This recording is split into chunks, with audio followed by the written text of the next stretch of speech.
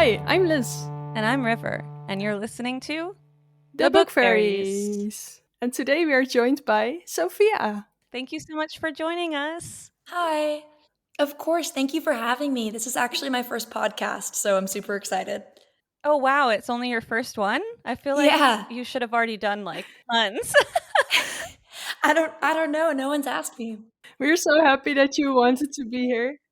Oh my gosh, of course. So Sophia, would you tell us a little bit about yourself? Absolutely. I'm Sophia. I am an author. Hi, Sophia. Hi. I'm a 21 Pilots and Star Wars fan first and everything else second. Yes. I did my undergraduate at New York University, but I was actually raised in Iowa and I live back there now. I moved back to Iowa from New York at the height of the pandemic. I literally fled. I left my entire apartment, my job, my life behind because it was so bad there. Oh, wow. Yeah. And I moved back to be near my folks and happened to meet the love of my life. So we're actually getting married this October. Oh, sick. I did see that. I did see that you guys recently got engaged. Yeah. And you're also going to be doing it in October, which it's like the best season to get married. Oh my gosh, I know, right? We chose that on purpose. We were like, oh yeah, gotta be October. I'm married in October as well. Oh, really? Yeah, it's the best season. I love that. We were joking before the podcast started about my kind of raspy voice, and unfortunately this is not my normal voice. I'm just sick. So sorry to disappoint to any listeners. It's so beautiful though. I know, maybe I'll just keep it. I'll just try to keep it. Sophia's being humble. Her normal voice is also really pretty. Oh, thank you.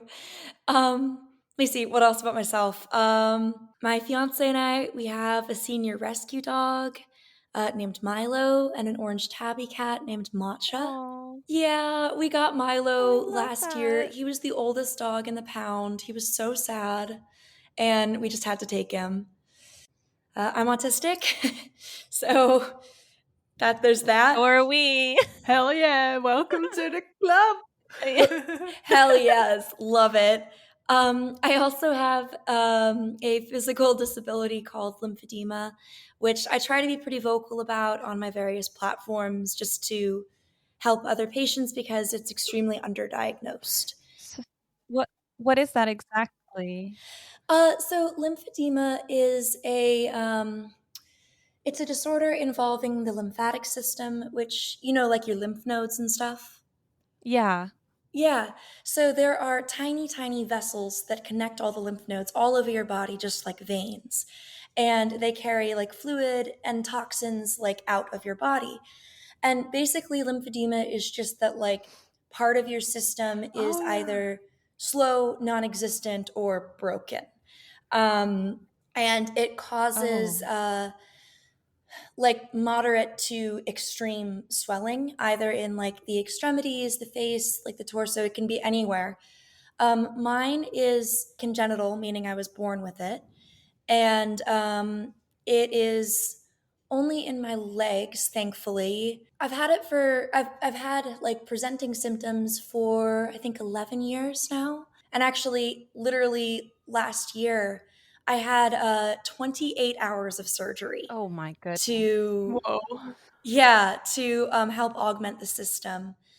And actually, my little kind of a sweet tangent. My fiance and I had only been together for 5 months at that point, but he asked to come to California, which is a 5-hour flight, just to help take care of me during the surgery. My goodness. Aww. Okay. Yeah. You found a good one. Oh yeah, absolutely. And yeah. Anyway, so my symptoms are pretty well controlled. When I tell people, oh, I've got this disorder that causes extreme swelling, they look at me and they're like, you look normal. Which I mostly quote unquote do if there is a normal, but it involves a lot of daily upkeep and obviously a very involved surgery and essentially 24-hour care with like custom compression garments and like night garments, which is all, of course, like ridiculously expensive because it's America, and like therapy and stuff like that. So, wow. Yeah, sorry, that was a big tangent. I didn't mean for. No, This is about my book. no. I didn't No mean to worries. go on. No, you should do that. Like, I think it's interesting when authors are they you're a whole person. You're a whole ass person. You're not just someone that wrote a book. You're like everything about you and your experience, makes who you are. Yeah. And it comes out in your book. Like, Thank you. And that's something that I had as a question initially. I think maybe I'll just start with that one. Sure. Is that you have such a diverse cast, and there are characters with certain disabilities, or like I only really saw one, and the reason why it stood out to me is because my husband's mom is deaf, and you have a deaf character, and I loved that so much. Oh, well, I'm so glad to hear that.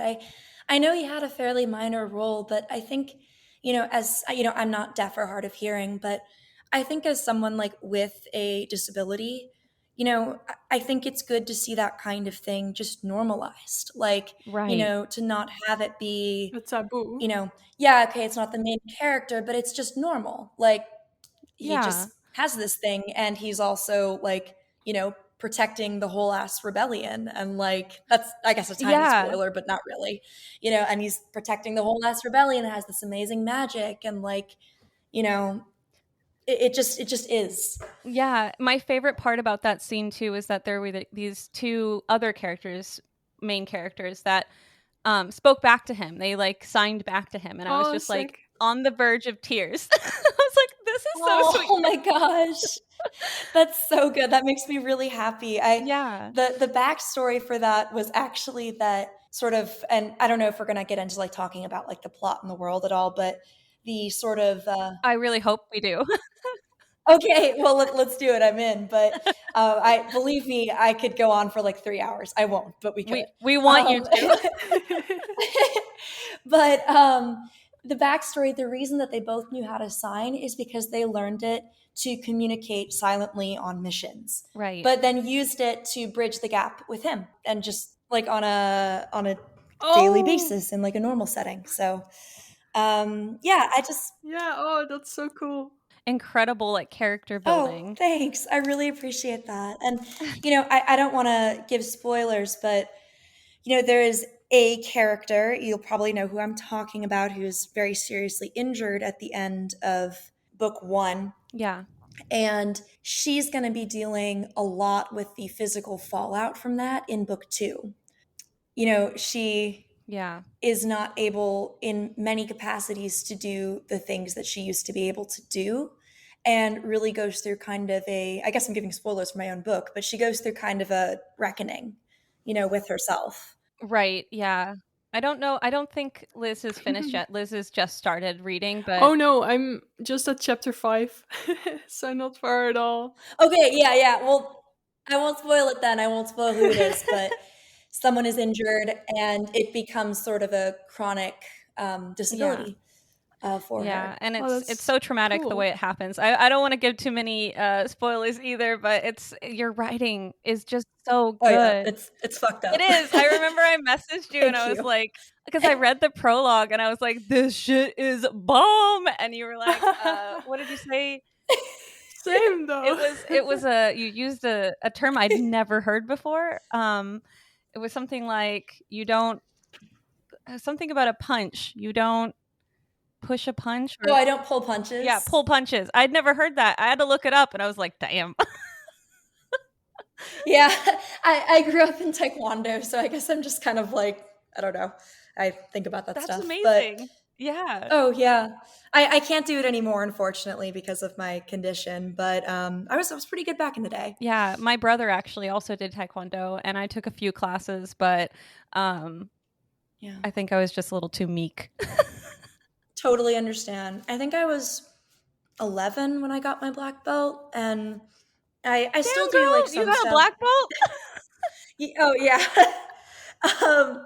I still do some stuff like on the bag and stuff, just when I'm like working out. But unfortunately, my most powerful. I'm totally sorry, tangenting, but that's what we're here for. Right, but I'm also thinking about how it translated into certain scenes in your book. Like, you do have fight scenes in your book. Oh, And I yeah. was thinking to myself, like, Yeah. how does she, like, visualize this, and how like, you can follow it along so well. I'm like, she must have some experience, or maybe she's, like, watching videos. Like, how did she Yeah. do this? And so that's an amazing backstory, because it does lend itself so well to your writing. Oh, well, I'm so glad to hear that, that showed through. Yeah, that was absolutely like there were times where I was like I would stand up and like do something to physically see if it would work in like a potential fight. So That's so cool. I'd be like acting it out. I'm like, okay, she grabs him here, elbow here. Okay, yeah, that would work. I love it. That's so cool. Thanks. So, can you tell us a little bit more about, like, your writing journey? Yeah, absolutely. And by the way, feel free to like put me back on track if I stray too far from anything. Oh, that's Liz and I do that all the time. It's okay. Okay, sounds good. Yeah, it's basically our whole podcast. Okay, well, I love that. I love podcasts like that. But okay, my writing journey.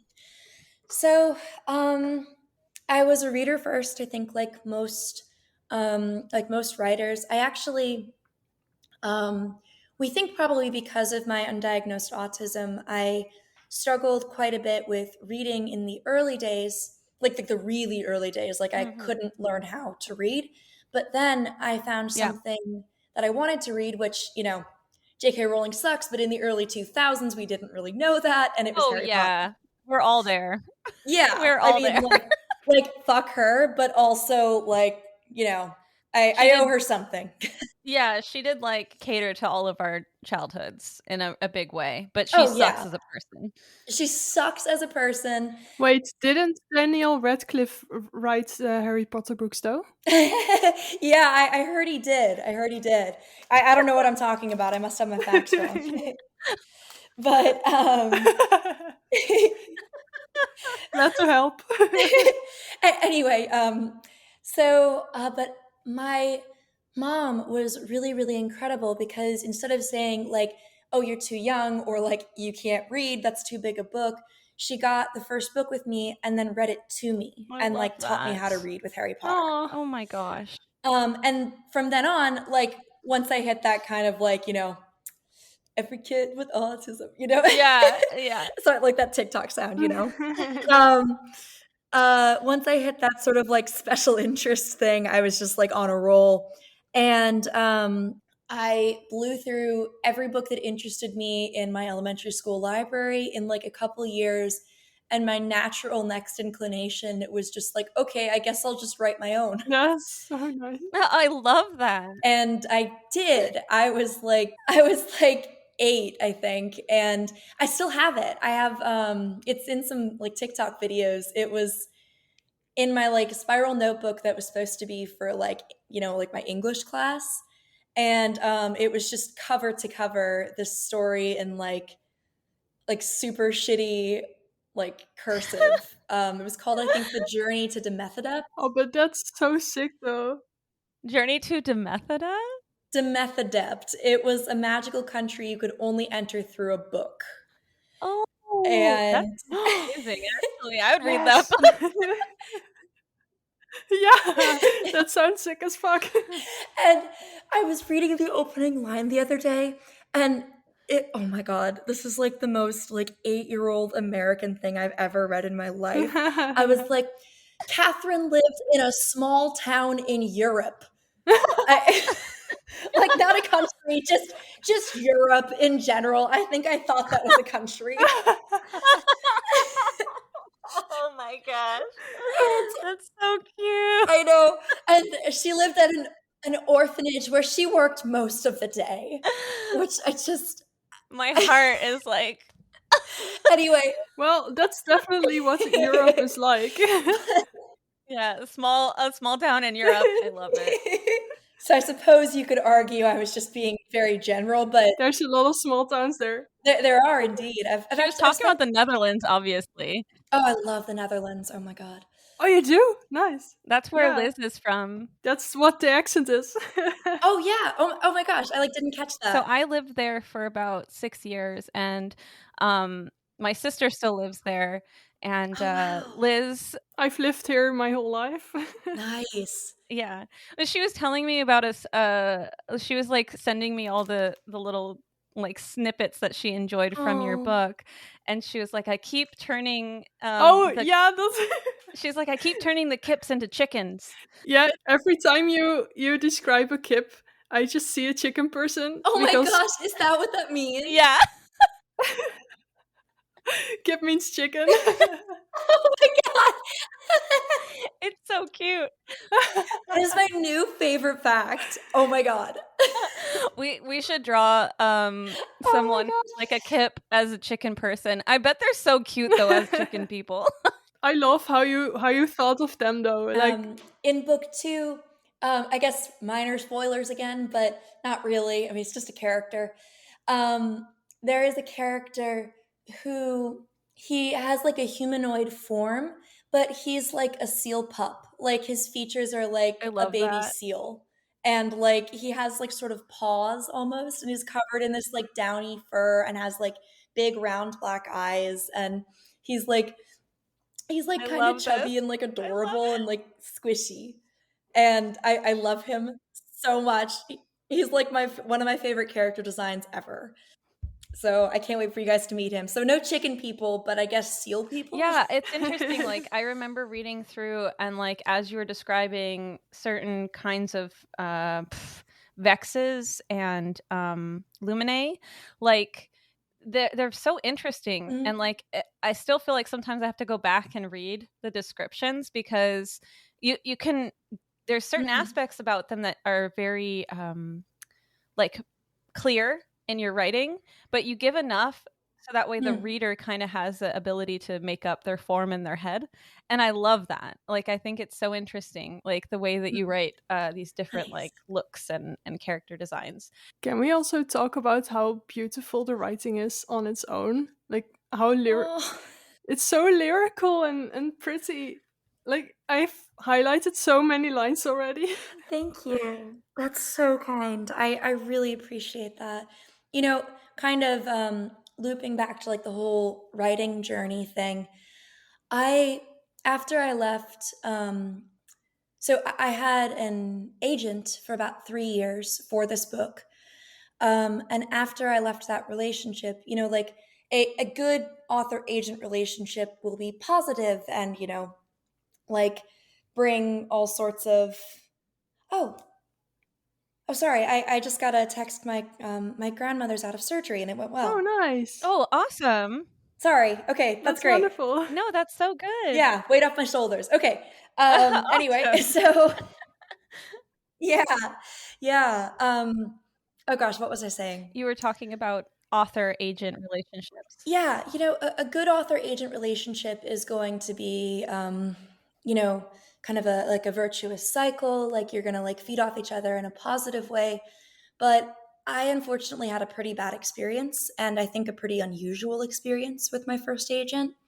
And the manuscript got like gutted. Like every piece of like description that I think makes my writing relatively, I mean, not unique. There's, you know, a lot of people are descriptive, but like I feel like maybe that's my strong suit. Like all of that was just gone. And I had to like resurrect it from the ground up. So truly, I still feel like the manuscript, the book isn't exactly where I want it to be, because like some of it just can't be brought back. Like I think something was really lost, and that honestly kind of breaks my heart.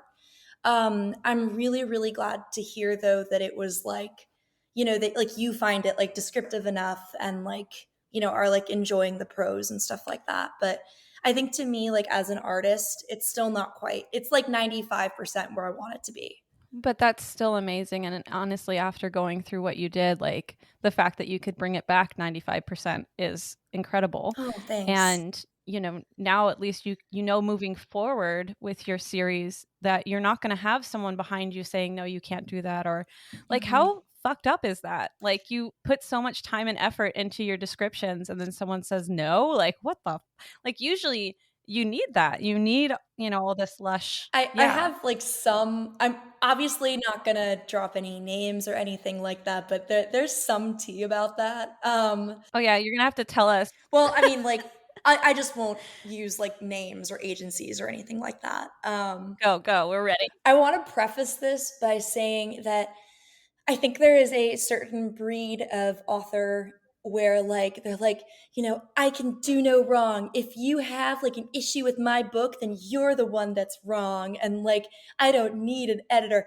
Like, that is not me at all. If anything, like, I'm too pleasing when it comes to like editors and stuff like that. And, they're absolutely 100,000% vital, like to our work. Right. But in this case, what I can't prove this, but what I am 99% sure happened is I got picked up very young. I was 22 by this kind of powerhouse old guard male agent.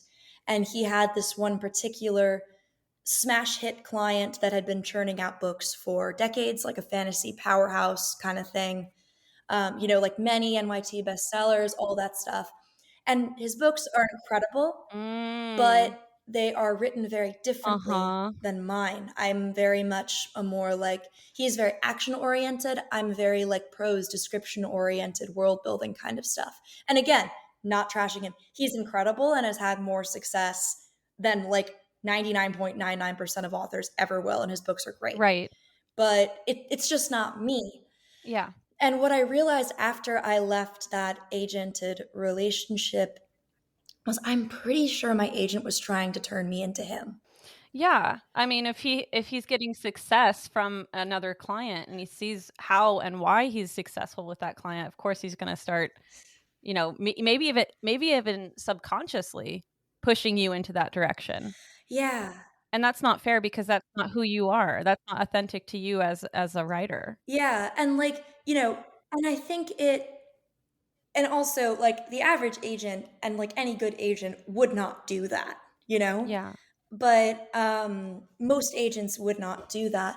But I'm pretty sure that's what was going on. And the problem with that is, I think like my prose and my descriptions and like character designs and stuff, like those are my strong suit. And if you take that away, I don't think the book is bad. It's just not gonna shine. Right. Yeah. Yeah, because it's not you. It's not me, exactly. So that's what I mean when I say when I like dipped on that relationship. That's what I mean when I say I kind of had to resurrect the book. Yeah. Oh, but also he didn't use this word exactly, but he basically called me a spoiled brat when I asked for a contract after 2.5 years of working with him uncontracted. What? What the fuck? Yeah. Oh. I had just lost my home in New York because of the pandemic. I lost my day job. I lost my home. I lost everything. Moved into my parents' basement and emailed him very politely, just looking for a shred of certainty. It was the most professional, polite email ever. I get back a novel of just how entitled I am and how hard things are for him right now. And just like being like, well, not everyone is so lucky to like be able to run back to their mom and dad. And I was just like, I just lost my home. No. And like, I've been working with you on a wing and a prayer for 2.5 years because I don't have anywhere else to go. That's so messed up. It's like, I'm so glad that you decided to like just do it by yourself. I know that you said you said that you're still working with a publishing something like a publishing house or I have a manager and he's great. He's really nice. He's sort of like a talent manager. So I suppose I am not 100% independent, but for all intents and purposes, especially for this project, I am because my manager can't really, he agreed that it would be best if I did this one independently, which is fine. But until such time that I can get him a next manuscript for the next series or the next book, there's not much he can do for me. So like that's still like a like a positive working relationship, but like I don't have anything for him right now. So there's just not much happening there. Yeah, that makes sense. And honestly, like, you know, even indie authors need support. Oh So yeah. depending on like what kind of support you're getting from him, you have to like, Mm-hmm. and everyone's journey is different, right? You're going to have different levels of support and different people that are like in your corner. And as an indie author, Yeah. which I still feel like you definitely are, like you left that place, Oh yeah. like you're an indie author and you're a damn good Yeah. one. Oh, thanks. Nice. So I would love for you to tell us about Nightstrider. Like what Yeah. can you tell us about Nightstrider? Give us everything that you want to give us about the book. Sure. Absolutely. Okay, so the kind of, the pitch I always give, kind of my elevator pitch is it's Throne of Glass meets Pan's Labyrinth, except more diverse than the former. Yeah. It's about a winged assassin born of a nightmare on a quest for revenge against her cruel creator. That's kind of the basic elevator pitch. However, I feel like that's maybe a little bit limiting because there are, as you know, 4 POVs. And this assassin, Ren, is she's the title character, but the other 3 POVs are, equally vital to the storyline Right. and have equal amounts of, I guess you could call it like page time. Right. There is a gentle himbo prince named Kane who is he's kind of dumb, but he's doing his best, and he means really well. I love And him. Is that the one that you love so much? Yeah, no, Kane is a mood. I think that he's probably one of my, I don't know. I love all the characters so much. I love that. And tiniest little side note, one of my favorite things so far about like releasing the book is seeing that everybody has a different favorite character. Like I love that because to me that means that like, Yeah. there's not like one okay character and the rest are like nothing, So that makes me really happy that people have different favorites. Yeah, and even the characters that aren't necessarily the main characters like Micah, Mika, you got it. Mika, she's probably one of my favorites. Oh, that makes me so happy. The next POV is Isla, who is a queen. She's a young queen of her kingdom of Galesborough, and she is also what's known as a weaver. Do you want me to talk a little bit about what a weaver is? Yeah, definitely. I absolutely loved the description, you know, when she and a certain character are talking on a bed. Oh yeah, for sure. Yeah. So the weavers are an order of human women who protect this boundary that exists between the 2 worlds in Nightstrider. So there's the wake, which is the waking world, and the reverie, which is the dream world. And these, like, well, this is kind of spoilers, so I don't really want to get into it. But they protect this boundary using what I like to call it thread-based magic.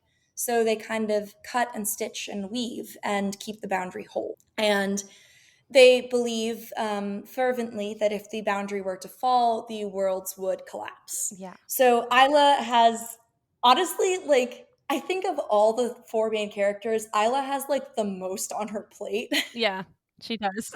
Like Ren is like going through her own like angst and trauma. Like Kane, this is in the book description, so it's not really a spoiler. He has just fallen into a world he doesn't know, but ultimately he's just kind of following Isla around like a puppy. Yeah. And Alaric is just kind of like kind of like being a badass and like a rebel and like, being obsessed with a certain girl. Can I just say, like, my favorite thing about Alaric is how he's like ready to throw hands, man. Like he's Yeah, always down to just like bust some ass. he is. And Mika's always like, "Hey, calm down, calm down." It's chill. It's okay. It's okay. That little voice crack. Oh my god. Now you can hear like my real sick voice coming through as we talk more. Oh, I'm so sorry. Oh god, no. This is a blast. Like actually, I'm thinking to myself like I cannot fucking believe this is my job. Like I'm just sitting here at like 1 p.m. on, is it Thursday? I don't even know what day it is. On a Thursday, just like talking with 2 awesome people about my book. Like that's fucking amazing. So That's the dream, right? I'm having a blast, even if I can't talk tomorrow. Can you like simp for your own character? Because like I kind of simp for him. Yeah. Well, I feel like everybody sims for him.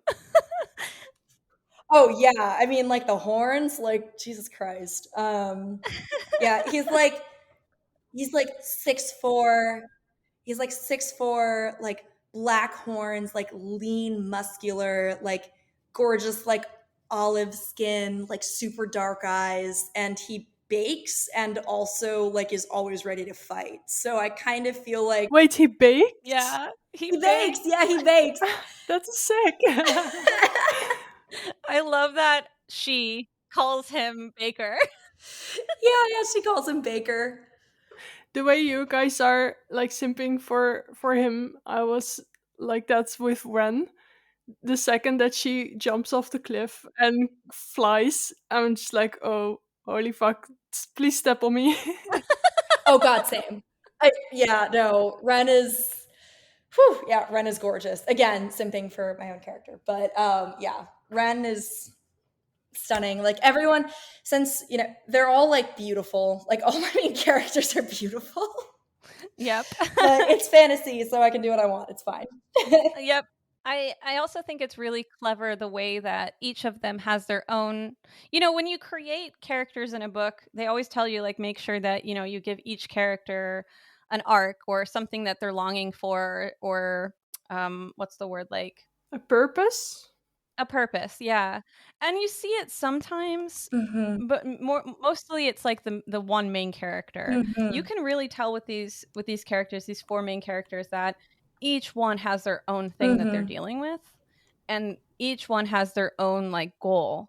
And somehow it all kind of lines up and they all end up, it's sort of Mm-hmm. like the same goal for all of them. And I just thought that was so fucking clever. Oh Like God, you're thanks. just I don't know, I'm simping for you. Oh, thank you. That makes me really happy. I always feel like, for the little my advice is worth, I always feel like one of the most important things that I try to do when I start a story, and like if people do occasionally ask me for advice, I say like you have to know what your POV character wants and what they are willing to do to get it, and let that inform every one of their decisions. And if they go against what they want, you have to know why. And also, conversely, it also helps if you know what they're most afraid of. Oh, that's a good one. Yeah, I love that. Yeah, I see that a lot with specifically you do it such a good way with Ren, and it's so subtle, Oh, thanks. but then you realize why, and it's like you drop hints throughout the first half of the book, Mhm. and then by the end of the book, or at least like closer to the end, you kind of really understand like why she's afraid of that. And I just Mhm. thought, "Ugh, there's just so many amazing things about this book. I could just like keep going." But in that same vein, do you have Oh God, you're so sweet. No, I really just enjoy it's the first book I've actually truly enjoyed, in a long time. I think the Oh last my book that I truly, gosh. truly, truly enjoyed and just was in love with was, The Savior's Champion, but, and I don't Ooh. mean to cheat on Jenna Moreci because I love her, but I'm so excited for the second book, and I'm so glad that you were able to hit that goal on Kickstarter and, Yeah. continue, writing. But, do you have a favorite character to write? Like, is there someone Mm. in the POVs that you have, like, more fun writing opposed to another? I love them all. I mean, like, it's like a parent with children. And I like them all for different reasons. Yeah. Kane can be fun because he's very, sweet and well meaning. Although, toward the end of the book, I'd say he develops quite a bit. He probably has the most development of any of the characters. And Isla is a lot of fun because she is, so knowledgeable about things. So I think a lot of world building comes in through her. And Alaric is just plain fun to write, but I think it's got to be Ren. She's just kind of, I mean, she's like the title character, and she was the first character that I came up with, and I think she has just been with me the longest. Right. So I think it's probably Ren. Yeah. Yeah. I love that. I think that's really like interesting. To kind of go off of that, like what was the Hmm. inspiration for your book? Like how did this idea form? How did Ren form in your mind? That is an excellent question. I don't remember. I love it. I don't remember. It was just there one day, and I was just like, what if there was a girl and she was really hot and she had wings and she was a nightmare? I love it. I think that's My amazing. brain was just like, yeah, sure, cool. And then this happened. So I don't know. Like my other series, like I have like a specific point I remember and a specific thought that I had that I remember that I can trace it back to. But this one I have no fucking idea. It was just there one day. So your other series, the Vinyl trilogy? The Vinyl trilogy, yep. Yeah. I haven't read that, but after reading this, I'm like, I'm probably gonna buy all of them. So I know. Oh, I just want to see like what well, your writing was like with that. Obviously you've probably grown as a writer, but it's just interesting, and I'm like, I'm missing Nightstrider so much. oh my gosh. Yeah, I was just gonna say, I was like freshly 19 when I published Vinyl. And like, surprisingly, like looking back, like as an artist, I'm like, oh my God. But like, it has a pretty good rating on Goodreads. Like, it still seems to hold up, which like to this day, I'm kind of like, really? People seem to like it for the most part. So I just try to remind myself of that. And this is such a bad way to promote my own books. Vinyl's not, I don't think it's bad. I wouldn't have put it out if I thought it was bad. It was just a product of a 19-year-old, you know? Well, there's nothing wrong with that at all. Exactly. Exactly. And again, like you've grown as a writer, and it like, I mean, I haven't read the Vinyl series, but like, man, your writing in Nightstrider is fucking fabulous. Oh, And thank you. I'm so glad that Liz started reading it too, because I was ranting and raving about it forever. Oh, Yeah, now I'm talking your ears off about everything. I think it's nice. I love when I'm reading a book and people are reading it as well. I just feel bad because I keep messaging you, Sophia, and I'm like, oh, this and this and this, and I feel like such an annoying person. no. No, are you kidding me? Like, those kind of messages are the best. Also, like, you guys are lovely. So, like, let's just be friends. But Yeah, for sure. Yeah, yeah, let's do it. friendship acquired successfully. I love that. No, like I love messages like that. Also, oh yeah, yeah. The fact that like you're even considering doing like fan art, Oh, like I yeah. just my brain like and heart like exploded. I would just I go crazy for fan art. Mental notes. Oh, are you an artist as well? Are you both artists? Well, I draw, but I won't really consider myself an artist. It's just in my free time and stuff. Liz is being humble. They're so talented. Shut up. I was gonna say that's still an artist. This is like us like not being confident enough in our own work, but I'm gonna say right now, like we both create pretty good artwork, and I Yeah, think you'll like it. good. I mean I've seen from what I saw of yours, River, it's beautiful, and Liz, like I'm sure yours is gorgeous too. Yeah, River has a really cool art style. It's just very unique and stuff. I love that. I love that. Sorry, can you hear my chewing? I had to take a bite of something. Oh, no worries. Liz has to like edit out my like drinking because I'm always like slurping and Okay, cool. yeah. I haven't been doing that frequently. I just my Pop Tart was staring at me. What is a Pop Tart actually? I never know. I always hear people talking about Pop Tarts. And I'm just like, what is it actually? I just don't know. It's like I would describe it as like a really like a it's like a filled flat cookie. Yeah, yeah, kind of with sort of like a soft, almost like Is it like cake, but with soft stuff in it? no. It's got more like a jelly filling almost, or like a jam filling, except Yeah. like, it's like prepackaged American food, so it's probably made of like petroleum or something. But it's still really good. And I feel like it's the epitome of like an American autistic person's favorite meal because I love Pop Tarts. Oh my God. And my daughter is also Yes. autistic, and so she loves Pop Tarts too. Is it like a safe food? It is. It's a Yes, it's comfort totally a food. safe food. Nice. Yeah. It's totally a safe food. I could literally talk to you guys, like we could do a podcast about safe foods because I'm fascinated by all this because I was only diagnosed very recently Oh, and so spent my whole life just with people being like, why are you so picky? Why are you so picky? Now I'm like, ha! There's a I reason. told you I've got a reason now, bitch. there's a reason I'm autistic, bitch. Because as a kid, I wasn't like, I was an only child, but I wasn't like a brat. Like, I was a good kid. I would desperately try to eat things and be like, it's good. But like, so clearly hating it because the sensory stuff was too much. And so, like, I was never like your classic picky kid. I was like trying desperately not to be picky. And then one Yeah. day when I was like 17 or something, my mom saw me try to eat something. She's like, wow, you really can't eat that, can you? I'm like, no.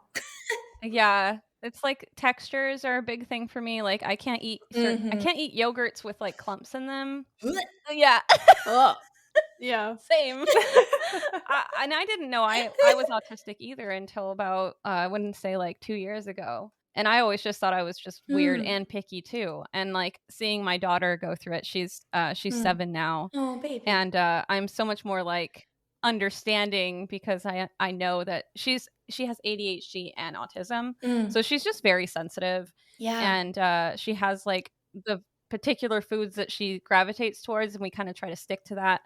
But I yeah, love that. being autistic as a kid and like not knowing that, and then having parents that are like, you're fine. I can't imagine, especially like back in the day when autism was Asperger's and people were like looked at it like it was a plague, Yeah, my uncle Yeah.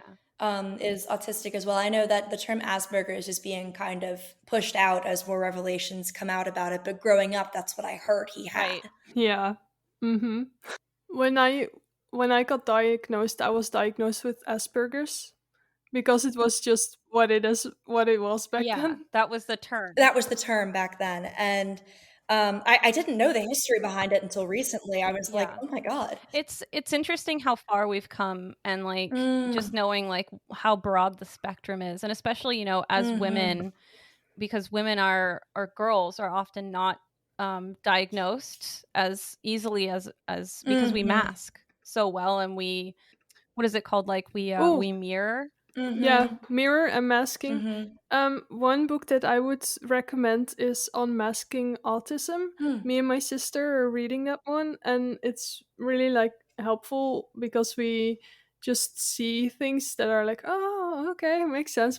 And that book also touches a lot on how the stereotype is actually like Sheldon Cooper, Um, Yeah. Which, like, I couldn't have anything less in common with him. No, literally. No, you probably do though, because you like Star Wars. Oh God, yeah, you're right. Okay. No, but You're he likes some other thing. No, it's Star Trek he likes. It's Star Trek. Yeah, oh yeah, Star Trek, yeah. Oh well, then my husband and I have things in common with him, but I haven't actually watched that movie or that show in a long time. The one thing I was going to mention though is that you like the 21 Pilots band.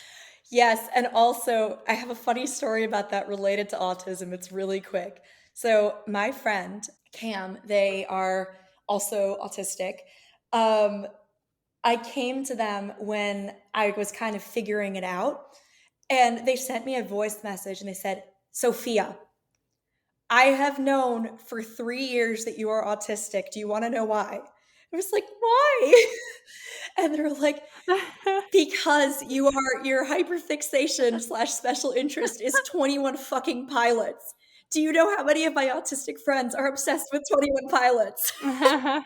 That's so funny though. And I was just like, what? Oh my gosh, I love them. Oh God, they're the best. Yeah, I think that it, like my husband hates them, but like What? Yeah, I know. It's like when you I guess it's like it must be an autistic thing because certain like beats like will be soothing for your brain. Yeah, for sure. I think 21 Pilots has hit it. Yeah. They know where the right beats to like get stuck in your head and make you feel good. I'll be honest, I think I only know one song of them, Mhm.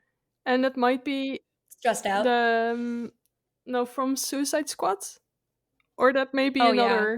another band. I don't. Heathens. Yeah, Heathens. I just know that song. Heathens, yeah. Like I really like metal, so normally I'm not very much of Oh, cool. yeah. So, but I will check it out again and see what you guys mean and what it's all about. Dude, I can give you like a playlist if you want. I have like a 21 Pilots starter kit for my friends. Yeah, First of all, it's just two guys and they're just not douchebags. Like, they're just really sweet people. Aren't they brothers? No, they're best friends and they have like really sweet like wives and like families and are just like I have so many friends who have like met them and they're just like yeah, no, they're like angels. They're the sweetest people on the planet. But the other big Oh, I thing love is that that. they've built like a really amazing community surrounding not only their aw, music but like mental health stuff and like most famous lines in sort of the fan base is stay alive for me. And I love that. I know it's so sweet and like so pure. And I went through like something like extremely traumatic when I was in college, and that's when I found them. And I literally like credit them with saving my life. Like their music and the community and the friends that I made and the like art that came from it uh is like directly responsible for keeping me here. And what's interesting is that's true for a lot of my friends who I've met. That's true for a lot of my friends who I have met through the fan base. And like I feel like the people who that's so need cool. the music find it. Yeah. Anyway, I probably sound like a cult member, but No. No, I was gonna say like it's very similar to me when I was younger. Like I went through a lot of like I tried to unalive myself, and at the mm, time, Sum mm. 41 was my like that was the band that No. like I gravitated towards. That was my special interest. I knew every song. I had like every CD. You know mine? Mine was Tokyo Hotel. Wait, say that again. It was what? Tokyo Hotel. Tokyo Hotel. Oh my god, it would be. I love it. I love it. Oh my god. Because music really is like such an impactful thing. Like when I'm writing, I have to have for each scene, I have to have like a certain ambiance. Oh, same, 100%. I I'm actually so obviously the vinyl trilogy is about like weaponized music and the power of music, but there's a standalone contemporary book that I'm working on right now that Ooh. is I'd say like a quarter of it is based on my experiences with oh gosh, I don't want to like say this cuz I don't is it okay to talk about like sensitive topics? It's okay. No, we do. We talk about all kinds. Okay, so sensitive topic coming. Yeah, sensitive topic coming, trigger warning for broad discussions of SA, I guess, if that's okay with you guys. Oh yeah. Well, Nothing detailed, but it's about that kind of thing. And it's partially based on my experiences, but every single chapter is headed with a very specifically chosen song that goes with the chapters. That's so cool. So, like, first song, Such Small Hands by Law Dispute. Next is Hearing Damage by Thumb York. oh, I love that. You listen to Law Dispute? What? Oh, I love Law Dispute. They're great. They're so good. Um, Yeah. oh my god, they're so good. It's like the one good thing my ex did for me is getting me into them. All right. Yeah. God, such an asshole. But they're a great band. And yeah, so like Such Small Hands, for instance, like the opening chapter is the actual assault. And there was just like the song is not about that, but like the desperation in it and like the Yeah. suddenness and Yeah. like the uncomfortableness of it and the just like oh god, it just like it feels like it's just trying to claw its way out of your head. And like Yeah. That is what I wanted to get across. And so every single song is chosen with that very specific intention in mind. So the book is like a playlist. I love that. That's so interesting. Like, I would read that in a heartbeat. That makes me so happy. Anything with, like, music attached to it. Yeah, Yeah. like, and obviously, like, I'm the kind of person, I love advocating for, like, sensitive topics, like, just bringing awareness and making it more common to talk Mhm. about, you know? Yeah, and I think it's especially important now, especially with like I don't mean to make this political, but like in like the U.S., all the stuff happening with like Roe v. Wade being overturned, and all these things that are Yep. happening that really impact victims, especially like marginalized victims. Um, I think it's. I don't mean to like toot my own horn, but I think it's an important story. I haven't technically released this yet, but I'm feeling just like I want to for some reason. The book is called "It Happened Quiet." Oh, I love that title. That's the title. I haven't dropped it anywhere specifically yet, but that's the title. Well, then that'll be, like, a little secret, a little boop in this episode. Little Easter egg, which is not very secret Easter egg. Little Easter egg. No longer secret Easter egg. I mean, no one's telling me not to release the title. I just hadn't yet. Well, that's awesome that you wanted to do it today, that's so cool. Yeah. Well, I'm just so comfortable with you guys. Like you're so awesome and this is really fun. So, Nice. Oh, you're so sweet. Um, let's see, do we have time for a couple more, questions? What do you think, Liz? I feel like we haven't talked a lot about Nightstrider, and I don't even think that we explained to the listeners what it's actually about. oh, So, would you like to do that? yeah, sure. So I gave my little like elevator pitch before, which is I'll refresh you. Oh yeah, sorry. The no, it's fine. It's fine. I can do a more detailed description. So it's a winged assassin, born of a nightmare. Her name is Ren, and she's on a quest for revenge against her cruel creator known as Para Warwick. Ren lives in a dream world known as the Reverie, but there are actually two worlds in Nightstrider. There's the Wake and the Reverie. The Wake being the waking world where just like quote unquote like normal humans live, and the Reverie being the dream world where some of the dreams of these humans manifest and ultimately become autonomous. Except, unfortunately, in Ren's case, because she was dreamed by someone who now like maintains like control over her and like her actions, her body, like everything. She is ensnared in this like terrible position. She is out for blood. She is out to essentially, from the beginning, she knows that this will end in her death. And she does not expect to be able to kill her creator because he is essentially a god. What he actually is, a little bit, I'm rambling, but what he actually is a night terror, which is the most powerful form of a quote unquote dream being. And the word para, which is what that species is called, comes from the term parasomnia or like sleep paralysis. Yeah, She knows that I she. have that. That's why I thought this was so cool. Oh, thanks. Yeah. But so she knows or she doesn't think that she will be able to kill him, but basically she just wants to hurt him like he's hurt her and take something of value from him and like just give the biggest fuck you on the planet. So like from page 1, like she's on like an unalive mission. Like and we'll see if that actually happens. There is a rest of the series. So Yeah. Oh yeah. but that's like where her mindset begins.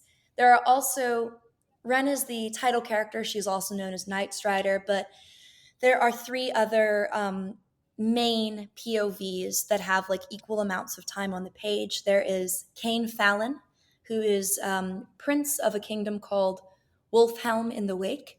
There is Queen Isla and Avoltson, who is the young queen of another kingdom in the Wake. And Isla is also a weaver, meaning that she protects the boundary between the dream world and waking world. And then there is Alaric, who is a nightmare gone rogue.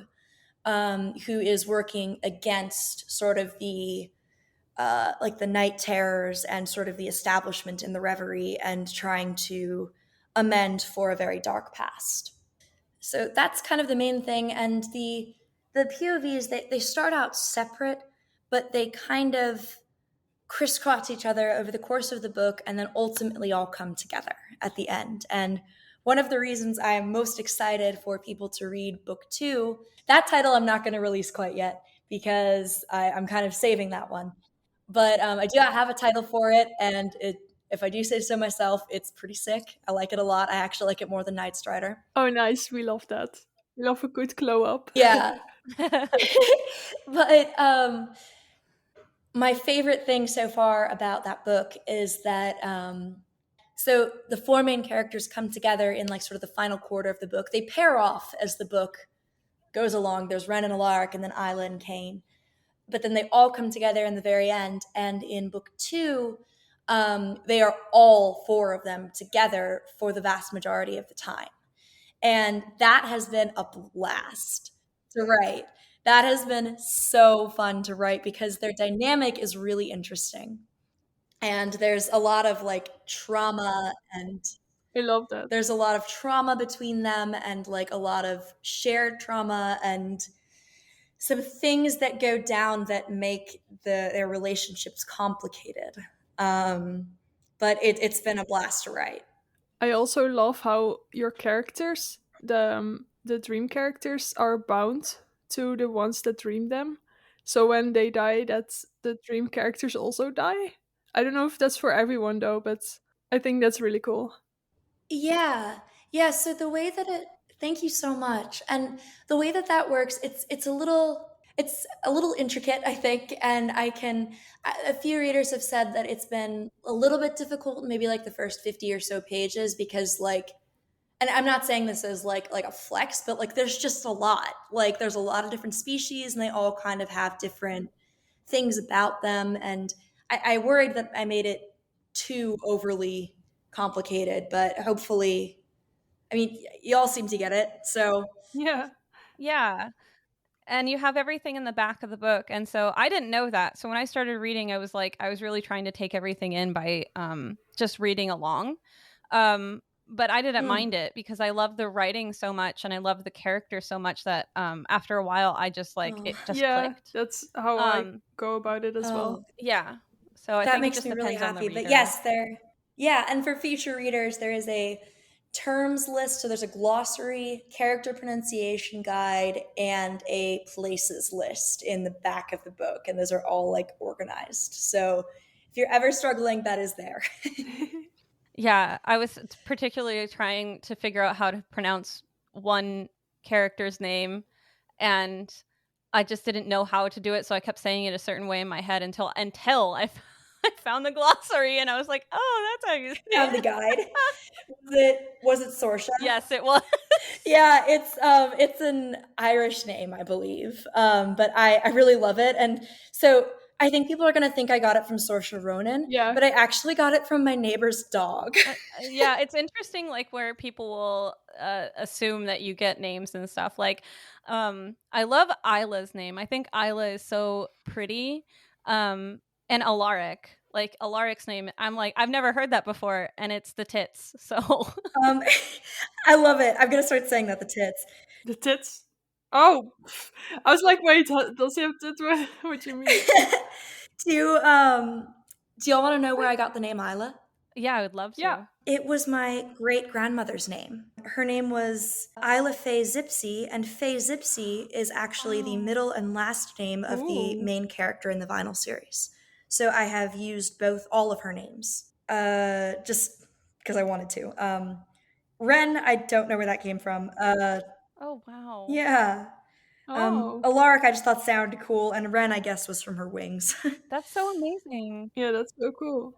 I have to say, I don't know if this is a spoiler, but the fact that a certain person calls Ren magpie, like Yeah. literally. I can't stand when dudes give girls like nicknames because usually they're like really cringy. Mm-hmm. But for some reason, just the fact that he Buttercup.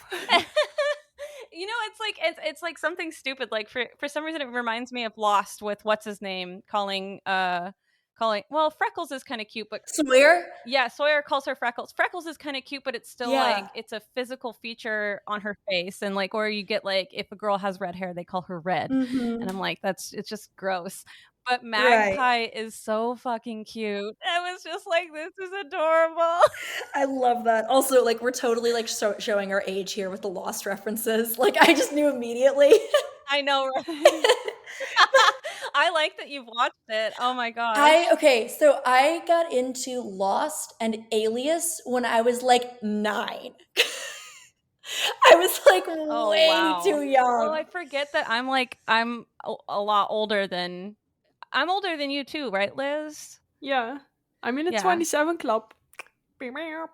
I'm 26. I just turned 26. Yeah, I'm old. It's fine though. That's okay. I'm still a kid. I'm still a kid at heart. Yeah, you are. Oh yeah, no, totally.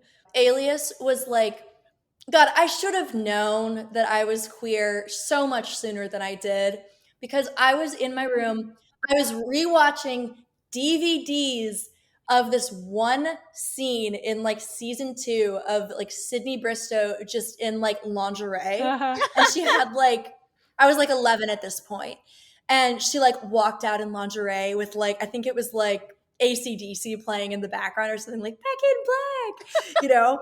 It is seared into my brain, and I would like quietly watch it over and over and over and over.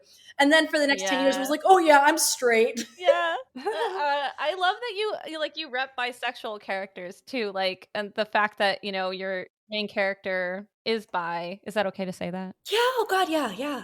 Yeah, I love that. And I also love like just how interesting the characters are that, you know, that she ends up with, like the first person that she's with, you know. Yeah. Very interesting character. That person, by the way, if you're curious, I know, Liz, I know you haven't gotten there yet, but River, I will tell you, she does have a redemption arc. Oh, I love that. I'm all about redemption arcs. Hell yes. In my book, I have one too. And I'm like, I just feel like we need more of them. Yeah. She does have a redemption arc. And she doesn't just get like cast aside or something like that. Like it'll take a long time, and she has some atoning and has done some fucked up shit, but she does have a redemption arc. And she ends up with someone that you may not expect. Oh, we love that. I'm like wondering now, I'm like, are people gonna be like switching? Is that what's gonna happen? Like, I like who they're with right now. I don't know. How am I gonna deal with this? I won't say anything except that I like who they are with too. Oh, okay, good. So, okay. Yeah. Okay. I also like who they're with. There may be some bumps in the road along the way, but I'm not gonna like. I don't plan to pull like a Sarah J. Maas and like switch the main love interest like 4 times. Oh, like, yeah. which is fine. Like that's its own thing, but that's not really my. I like who they're with, and it may be rocky at times, and they may have issues, but I'm happy. Yeah. So they come out stronger the other way. Yeah. Yeah. Eventually. Well, we'll see. I mean, it's a long series. Tune in to see if they will make it or not. On the next episode of Will the Nightmares Continue Dating? Yeah, literally. I'd watch that. Yeah, right? I had a question though. You did mention that when you do the pitch, it's like Throne of Glass. Throne of Glass, but queer? Yeah, but queer. So did you read a lot of Sarah J. Maas? I did. I wasn't a big fan of A Court of Thorns and Roses, honestly. Me. I no shade on her. Obviously, she is more successful than like my wildest dreams, and I think has a lot of really great things about her writing. But I really loved A Throne of Glass. I really loved Throne of Glass. I was not a big fan of Thorns and Roses. I haven't touched Crescent City. I've heard kind of mixed things.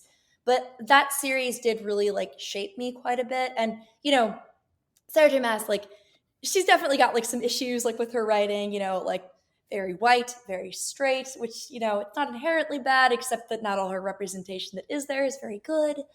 So it's like kind of But I do think that there are elements that I pulled from the Throne of Glass series And then I also say, as another comp title, Pan's Labyrinth, which I think, it's a very different story, but I think like sort of the fantasy horror vibes and like the weirdness of the characters and sort of the alternate reality kind of thing. Ooh, talking about horror, the beginning, I think it was in the epilogue. I loved like the whole thing, how he just kills her. Yeah, poor thing. She The she was a weaver. Oh, she was a weaver. Okay. Yeah.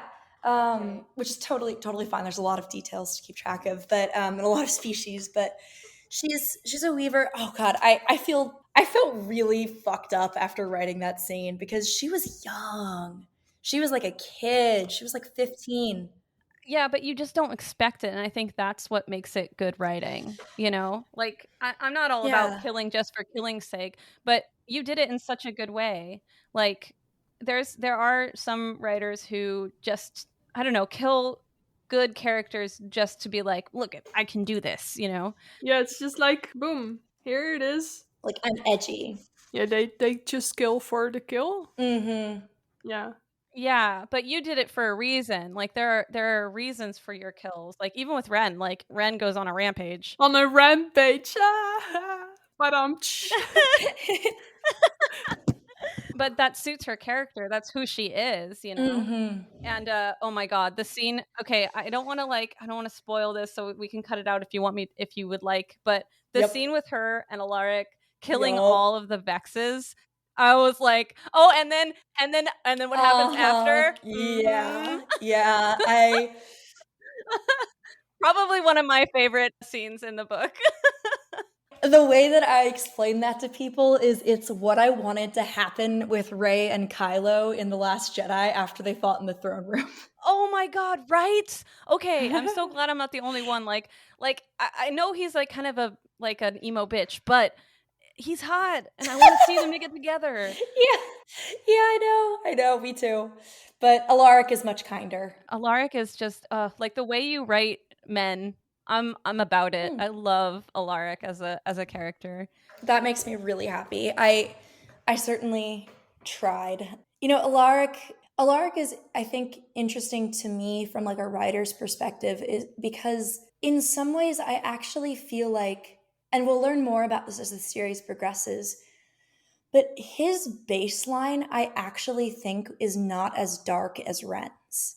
Like they came from the same place, but like even sort of back in like the day, in like his like heyday when he was, doing like bad nightmare things, even then like he had lines that he would not cross. And like for example, like essay stuff, like he says this at a certain point in the book, like that is just a line he never crossed, and that was something like innate to him. Yeah. Nobody gave him that. He just wouldn't do that. Yeah. Yeah, I think he's so interesting in that way too, because I feel like Ren has that as well. Like even though Para Warwick, oh my god, I can't believe that's the first time I said it out loud and I just butchered it.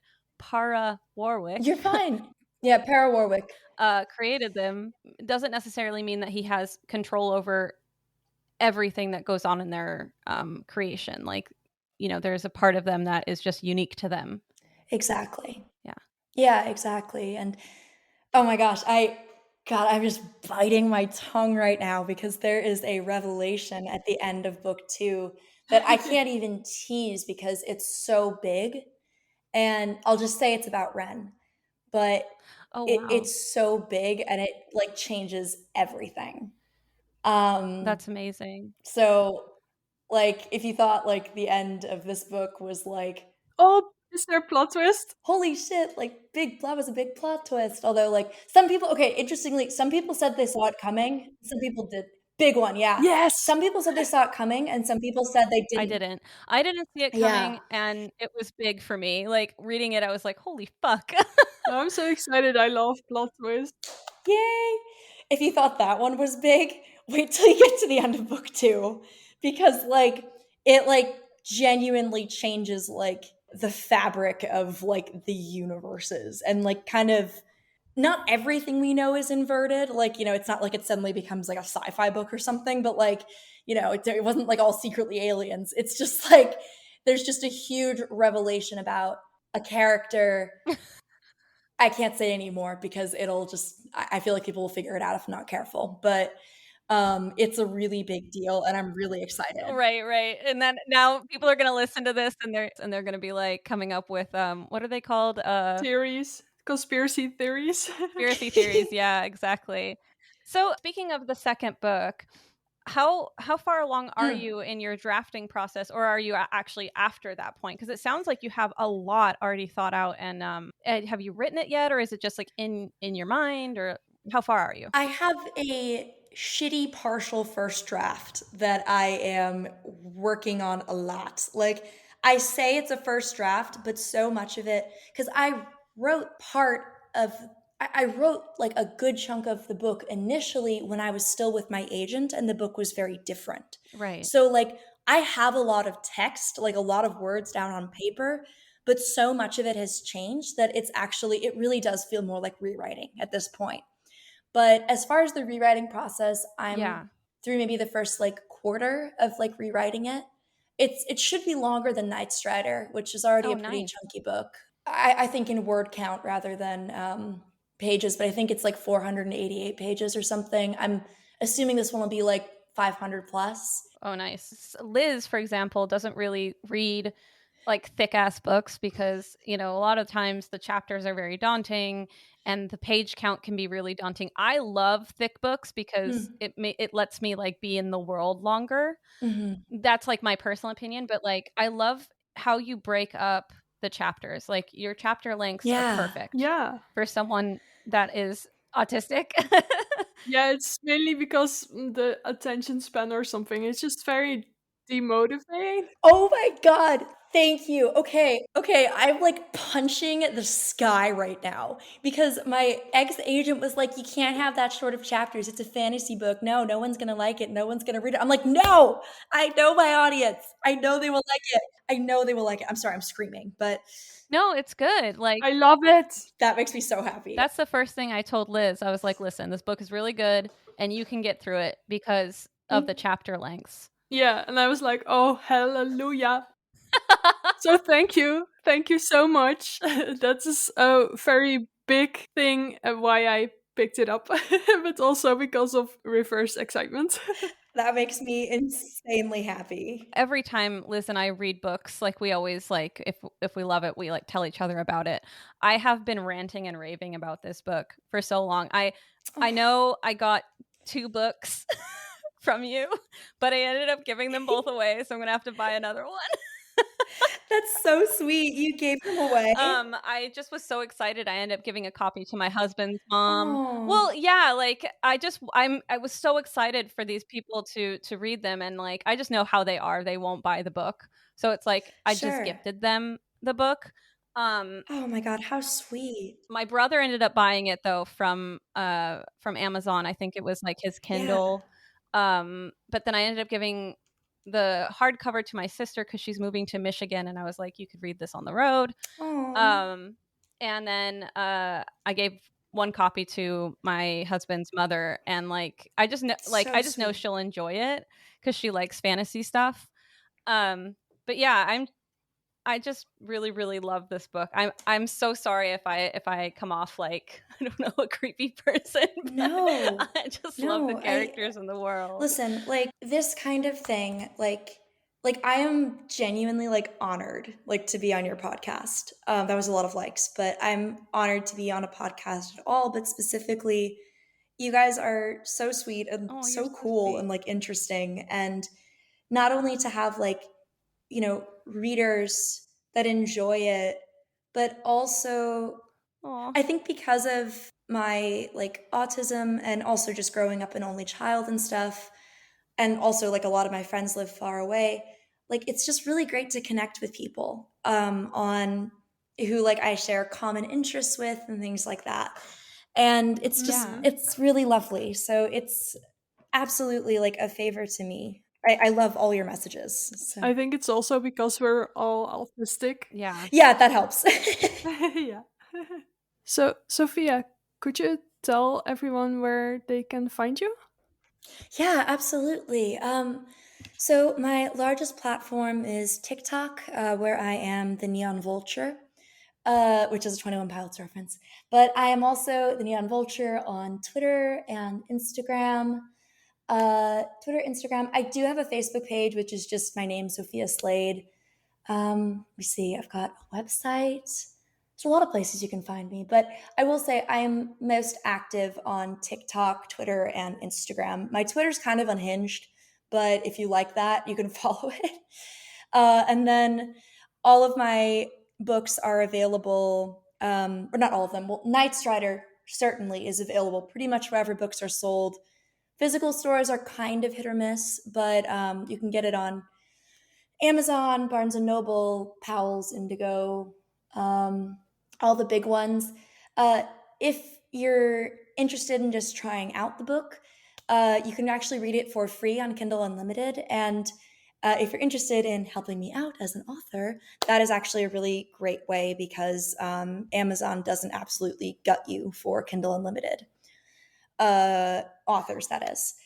And then the last thing I'll say is that I have an Etsy shop where I sell signed, and if you would like personalized copies of all of my books, including like handmade boxed sets and little like merch boxes and stuff like that. So those are the basics. That's where you can find me. Awesome. Yeah. And we'll also link it in the description and in the episode notes.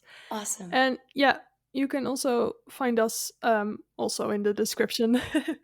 And yeah, thanks so much for listening, and thank you so much for being here, Sophia. Absolutely. We really loved having you here. Yeah. Oh, well, I mean, this was lovely. And if this has been just absolutely lovely, and if I would love to come back someday if you're ever interested. Yes, totally. You can come back anytime. Yeah, that's perfect. Perfect. I love it. Yeah, we loved having you. Yeah, guys, this is wonderful. Well, have a great day, Sophia. Thank you so much. Have a good day, everyone. Bye. Bye.